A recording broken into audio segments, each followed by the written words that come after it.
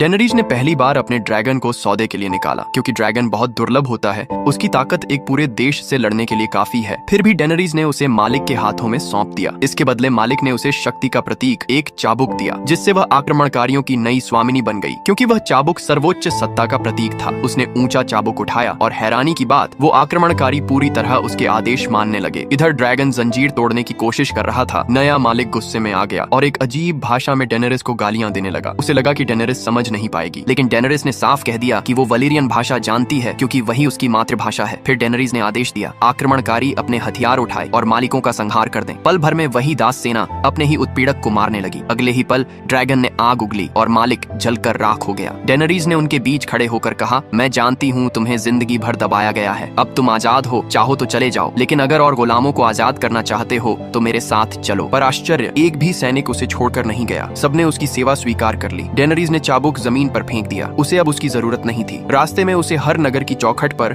सूली पर चढ़े बच्चे मिले। यह देखकर वो बहुत दुखी हुई और निश्चय किया कि इन बच्चों की मौत का बदला लेगी। वह अपनी सेना लेकर अगले दास नगर मीरिन पहुंची। मालिक घमंड में हंस रहे थे। उन्होंने अपनी ओर से एक सैनिक भेजा, जिसने खुलेआम डेनरिस का अपमान किया। जवाब में डेनरिस ने अपना योद्धा भेजा, जिसने उस सैनिक को हरा दिया। लेकिन डेनरिस ने दासों से पुकारा, मैं तुम्हारी दुश्मन नहीं हूँ, बल्कि उन्हें आजाद कराना चाहती है। उसने उन्हें बच्चों के शव दिखाए और उनकी टांगे तोप से शहर में फेंकवा दी। उसने दासों को हथियार दिलवाए। अगली सुबह ही दासों ने मालिकों को घेर लिया, हर मालिक को मार डाला। बाद में डेनरिस ने उन अमीरों को भी उसी तरह सीढ़ियों पर टंगवा दिया, जैसे उन्होंने बच्चों को किया था। डेनरिस अब उस शहर की रानी बन गई, लेकिन जल्द ही उसका ड्रैगन लोगों को नुकसान पहुंचाने लगा। एक योद्धा उसके पास आया और जले हुए जानवर दिखाए। डेनरिस ने उसे 3 गुना इनाम दिया। लेकिन जब एक आदमी अपनी जली हुई 3 साल की बेटी की लाश लेकर आया, तब डेनरिस को एहसास हुआ कि वो अपने ड्रैगन पर काबू नहीं रख पा रही है। दूसरे दोनों ड्रैगनों को बदनाम न होने देने के लिए डेनरिस उन्हें अंधेरे तहखाने में ले गई। डेनरिस ने भारी दिल से उनके गले में लोहे की बेड़ियां डाली और फिर मुड़कर दरवाजे की ओर चल पड़ी। कुछ समय बाद जब डेनरिस खान में थी, कई हमलावरों ने उस पर हमला कर दिया। उसके रक्षक मारे जा रहे थे और वो बच नहीं पा रही थी। तभी उसका सबसे बड़ा ड्रैगन वहां आ गया। उसने दुश्मनों पर हमला किया और डेनरिस को बचा लिया। डेनरिस ने उसे गले लगाया